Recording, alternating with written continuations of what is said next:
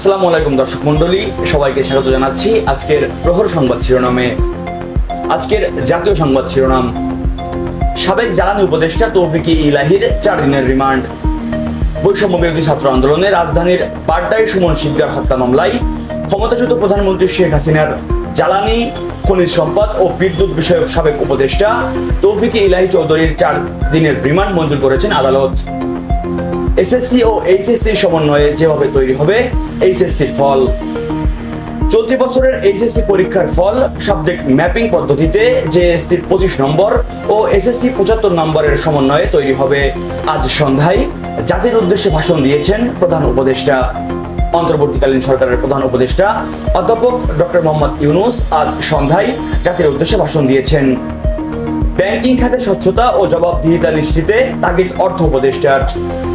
অর্থ, বাণিজ্য, বিজ্ঞান ও প্রযুক্তি বিষয়ক উপদেষ্টা ডক্টর সালেউদ্দিন আহমেদ ব্যাংকিং খাতে স্বচ্ছতা ও জবাবদিহিতা নিশ্চিত করতে সর্বোচ্চ গুরুত্ব দেওয়ার তাগিদ দিয়েছেন।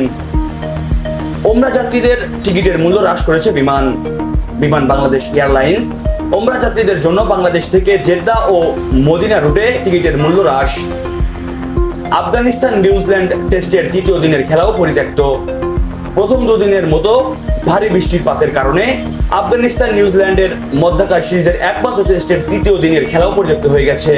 চীন লাদাখে দিল্লির সমান জায়গা দখলে নিয়েছে রাহুল গান্ধী। চীনের সঙ্গে ভারতের ইস্যু নিয়ে বরাবরই ভারতের প্রধানমন্ত্রী নরেন্দ্র মোদীর কট্টর সমালোচক বিরোধী দল কংগ্রেসের নেতা রাহুল গান্ধী। উত্তপ্ত বিতর্কে মুখোমুখি হলেন হ্যারিস ও ট্রাম্প।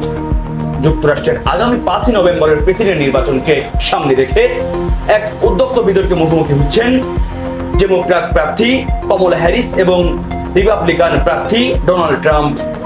ইউক্রেন সীমান্ত এলাকায় রাশিয়ার মালবাহী ট্রেন লাইনচ্যুত। ইউক্রেন সীমান্তবর্তী রাশিয়ার একটি এলাকায় দেশটির মালবাহী একটি ট্রেন লাইনচ্যুত হয়েছে। আর্জেন্টিনাকে হারিয়ে কলম্বিয়ার প্রতিশোধ। ল্যাটিন আমেরিকা চ্যাম্পিয়ন, সেই সঙ্গে বিশ্ব চ্যাম্পিয়নও আর্জেন্টিনা।